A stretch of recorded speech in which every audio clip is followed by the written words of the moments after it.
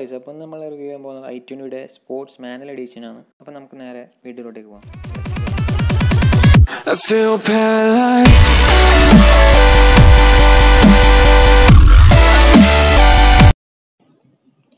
Hello guys, welcome back to another video. അപ്പോൾ ഇന്ന് നമ്മൾ ഡിസ്കസ് ചെയ്യാൻ പോകുന്നത് i20 സ്പോർട്സ് വാരിയൻറ്റിൻ്റെ കുറച്ച് ഫീച്ചേഴ്സും അതിൻ്റെയൊക്കെ ഡീറ്റെയിൽസാണ് നമ്മൾ ഡിസ്കസ് ചെയ്യാൻ പോകുന്നത്. അപ്പോൾ i20 സ്പോർട്സ് വാരിയൻറ്റ് പറഞ്ഞാൽ 3 പവർഫുൾ എഞ്ചിൻ ഓപ്ഷൻസിലാണ് ഇത് വരുന്നത്: diesel, petrol and turbo petrol.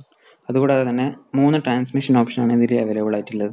ഒന്ന് i20 intelligent variable transmission, manual transmission and IMT intelligent manual transmission. ഇതിൽ DCT സ്പോർട്സ് വാരിയൻറ്റിൽ ലഭ്യമല്ല. അപ്പോൾ നമുക്ക് ഈ engine 1 litre turbo petrol and diesel എഞ്ചിൻ്റെ സ്പെസിഫിക്കേഷൻ കുറച്ച് നോക്കാം. 1 ലിറ്റർ ടർബോ പെട്രോൾ ആണെങ്കിൽ ചൂസ് ചെയ്തെങ്കിൽ എൻ്റെ മാക്സിമം പവർ എന്ന് വെച്ചാൽ 120 PS പവറാണ്. പിന്നെ അറ്റ് 6000 RPM ടോർക്ക്.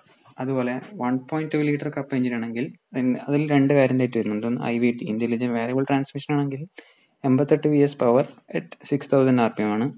അതേപോലെ തന്നെ മാനുവൽ ട്രാൻസ്മിഷൻ ആണെങ്കിൽ 83 PS പവർ മാത്രമേ ഉള്ളൂ അറ്റ് 6000 RPM ടോർക്ക്. പിന്നെ ഡീസൽ എഞ്ചിനാണെങ്കിൽ 1.5 ലിറ്റർ ഡീസൽ എഞ്ചിനാണ് വരുന്നത്. അതിൻ്റെ മാക്സിമം പവർ എന്ന് പറഞ്ഞാൽ 100 PS power at 4000 RPM torque.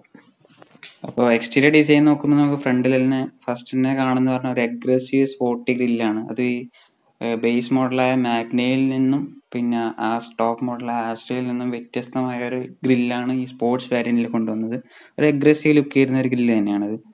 പിന്നെ ഇതിൻ്റെ ഹെഡ് ലാമ്പ് എന്ന് പറഞ്ഞാൽ ഹാലജൻ ഹെഡ് ലാമ്പാണ്. അത് ടോപ്പ് മോഡലാണെങ്കിൽ ഇൻ്റഗ്രേറ്റഡ് DRL ഈ ഹെഡ് ലാമ്പിൽ തന്നെ ഉണ്ടാവും. പക്ഷേ അതിൻ്റെ താഴെയുള്ള വേരിയൻ്റ് സ്പോർട്സ് മാഗ്നയിലൊന്നും ഇൻ്റഗ്രേറ്റഡ് അല്ല. അത് വെറും ഹാലജൻ ഹെഡ് ലാമ്പാണ്. പിന്നെ ഒരു സൈഡിൽ പിന്നെ day time DRL running light ഇതിൽ കൊടുത്തിട്ടുണ്ട്. പക്ഷെ അത് ഫോഗ് ലാമ്പിന് തൊട്ട് മുകളിലാണ് കൊടുത്തിട്ടുള്ളത്.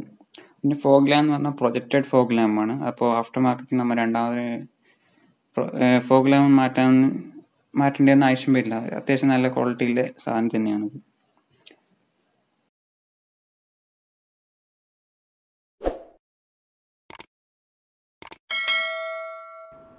അപ്പോൾ റിയർ വ്യൂ നോക്കുമ്പോൾ ഒരു Z ഷേപ്പ് ടെയിൽ ലാമ്പാണ് കൊടുത്തിരിക്കുന്നത്. അതിൻ്റെ 2 ജോയിനിൽ നിന്ന് ഒരു ക്രോം ട്രീറ്റ്മെൻറ്റ് കൊടുത്തിട്ടുണ്ട്. ആ ടെയിൽ ലാമ്പിൽ തന്നെ i20യുടെ ഒരു ചെറിയൊരു ബാഡ്ജിങ് ഉണ്ട്. പിന്നെ i20 അപ്പുറം സ്പോർട്സും പിന്നെ ഹ്യുണ്ടായിയുടെ ലോഗോ എല്ലാം ക്രോമിലാണ് ചെയ്തിരിക്കുന്നത്. നല്ലതായി ഉണ്ട്. പിന്നെ പറയാനുള്ള വെച്ചാൽ ഇതിൽ ഡീഫോഗർ കൊടുത്തിട്ടുണ്ട്. അതുപോലെ തന്നെ റിയർ വൈപ്പർ ഫുൾ ഓപ്ഷൻ മാത്രമേ ഉള്ളൂ. പിന്നെ റിയറിലെ ബോണറ്റ് നോക്കുമ്പോൾ നമുക്ക് 2 സെൻസർ കാണാം. അതിന് തൊട്ട് തന്നെ ബോഡി കളർ ബമ്പർ തന്നെയാണ് അതിൽ കൊടുത്തിട്ടുള്ളത്. പിന്നെ അതിൽ ഒക്കെ തന്നെ 2 റിഫ്ലക്ടർ വെച്ചിട്ടുണ്ട്. പിന്നെ അടിയിൽ നമ്പർ പ്ലേറ്റിൻ്റെ അടുത്ത് റിയർ ക്യാമറയാണുള്ളത്. താഴെ ഡിഫ്യൂസർ ബ്ലാക്ക് ഷൈനി ഡിഫ്യൂസറാണ് താഴെ കൊടുത്തിട്ടുള്ളത്. നല്ലൊരു അഗ്രസീവ് സ്പോർട്ടി ലുക്ക് തന്നെയാണ് ഈ വണ്ടി വരുന്നത്. പിന്നെ ഇതിൻ്റെ ബൂട്ട് സ്പേസ് എന്ന് പറഞ്ഞാൽ 311 ലിറ്റേഴ്സാണ്. പിന്നെ ഒരു പാർസൽ ട്രേ കൊടുത്തിട്ടുണ്ട്. സ്പെയർ വീലും ഉണ്ട്. പക്ഷേ അതിൻ്റെ സൈസ് എന്ന് പറഞ്ഞാൽ 185/65 സ്റ്റീൽ വീലാണ്. വണ്ടിയിൽ സാധാരണ യൂസ് ചെയ്യുന്നത് 195/55 mm ആണ്. ഇവിടെ കുറച്ച് വീലിൻ്റെ സൈസ് വ്യത്യാസം വന്നിട്ടുണ്ട്. പിന്നെ സൈഡ് വ്യൂ നോക്കുമ്പോൾ താഴെ ഒരു ബ്ലാക്ക് സ്കേർട്ടിങ് കൊടുത്തിട്ടുണ്ട്, സ്പോർട്ടി ഫീലിംഗ് വരാൻ വേണ്ടിയിട്ട്. പിന്നെ എന്ന് വെച്ചെങ്കിൽ ടോപ്പിലൊരു ഷാർക്ക് ഫിൻ ആൻറ്റിന. പിന്നെ ഓവറോൾ ഡയമെൻഷൻ എന്ന് വെച്ചാൽ length 3.9 metre, width 1.7, height 1.5 and ground clearance around 170 mm ഉണ്ട് ഈ വണ്ടിക്ക്. ഈ വേരിയൻറ്റിൽ സ്റ്റീൽ റിമ്മാണ് ടയറിന് കൊടുത്തിരിക്കുന്നത്, അലോയിലില്ല. പിന്നെ ഒരു ഗൺ മെറ്റൽ ഫിനിഷില്ല ഒരു വീൽ ക്യാപ്പാണ് ടയറിന് കൊടുത്തിരിക്കുന്നത്. അത് ശരിക്കും പറഞ്ഞാൽ ഒരു അലോയ് വീൽ തോന്നിപ്പിക്കുന്ന രീതിയിൽ നല്ല ഫിനിഷിങ്ങോടെ ഫിറ്റ് ചെയ്തൊരു സംഭവമാണ്. അപ്പോൾ ഇൻഡിക്കേറ്റർ മൗണ്ടഡ് ആയിട്ടുള്ള ഒരു മിറർ തന്നെയാണ് സൈഡിൽ കൊടുത്തിരിക്കുന്നത്. അത് ഓട്ടോമാറ്റിക് അഡ്ജസ്റ്റബിൾ ആണ്.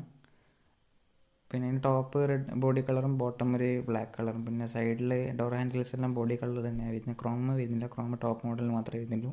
പിന്നെ ബാക്കിൽ തന്നെ അതിൻ്റെ പെട്രോൾ അടിക്കുന്ന ഇത് ഫ്യൂൽ ടാങ്ക് വരുന്നത് 37 ലിറ്ററാണ്. അത് Z ഷേപ്പ് ടൈൽ ലാമ്പിന് ഒരു പെട്ടെന്ന് നോക്കുമ്പോൾ അത് അവിടെ ഉണ്ട് എന്നല്ല മനസ്സിലായില്ല നമുക്ക് നേരെ ഇൻറ്റീരിയേഴ്സിലേക്ക് പോകാം.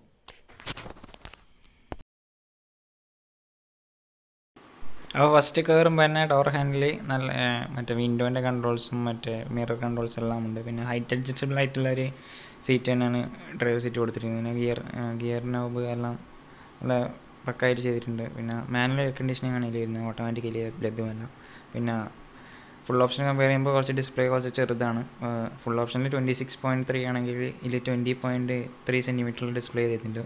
പിന്നെ ബ്ലൂടൂത്ത് കണക്റ്റിവൊക്കെ ഉണ്ട്. പിന്നെ ആപ്പിൾ കാർപ്ലേയും ആൻഡ്രോയിഡ് ഓട്ടോ കാർപ്ലേ ഒന്നും ഇതിൽ ലഭ്യമല്ല. പിന്നെ ബാക്കി എല്ലാ ഷേപ്പും എല്ലാം സിമിലർ തന്നെയാണ്, അതേപോലെ തന്നെ സെറ്റ് ചെയ്തിട്ടുണ്ട്. ഫുൾ ഓപ്ഷനിൽ കാണുന്ന പോലെ തന്നെ നമുക്ക് സെറ്റ് ചെയ്തിട്ടുണ്ട്. പിന്നെ ആംറെസ്റ്റ് ഉണ്ട്, ഇതിൽ ആംറെസ്റ്റ് ഉണ്ട്. ആംറെസ്റ്റ് പറഞ്ഞാൽ സ്ലൈഡിങ് അല്ല.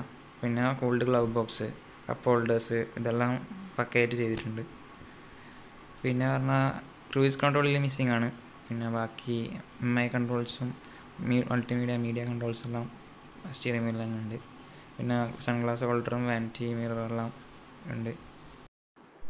റിയർ സീറ്റ് നോക്കുമ്പോൾ ഒരു സെൻട്രലായിട്ട് AC വെൻ്റ് ഉണ്ട്. പിന്നെ സ്പീക്കർ പറഞ്ഞാൽ 4 സ്പീക്കറും 2 ട്വിറ്റേഴ്സ് ആണ്. ബോസിൻ്റെ എല്ലാം മാത്രമേ ബോസ് മറ്റേ ഫുൾ ഓപ്ഷനിൽ മാത്രമേ ഉള്ളൂ. പിന്നെ ഇൻറ്റിഗ്രേറ്റഡ് ആയിട്ടുള്ള ഹെഡ് റെസ്റ്റ് ഉണ്ട് സീറ്റിൽ. പിന്നെ സീറ്റിന് വൈറ്റ് സ്റ്റിച്ചിങ് കൊടുത്തിട്ടുണ്ട്. പിന്നെ അപ്പോൾ ഈ വീഡിയോ ഇഷ്ടപ്പെട്ടാൽ ലൈക്ക് ചെയ്യുക, ഷെയർ ചെയ്യുക, കമൻറ്റ് ചെയ്യുക. അപ്പോൾ അടുത്ത വീഡിയോ ഇന്നുവരെ stay tune. Bye bye.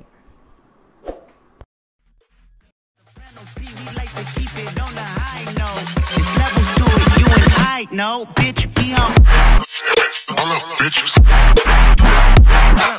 All up, bitches.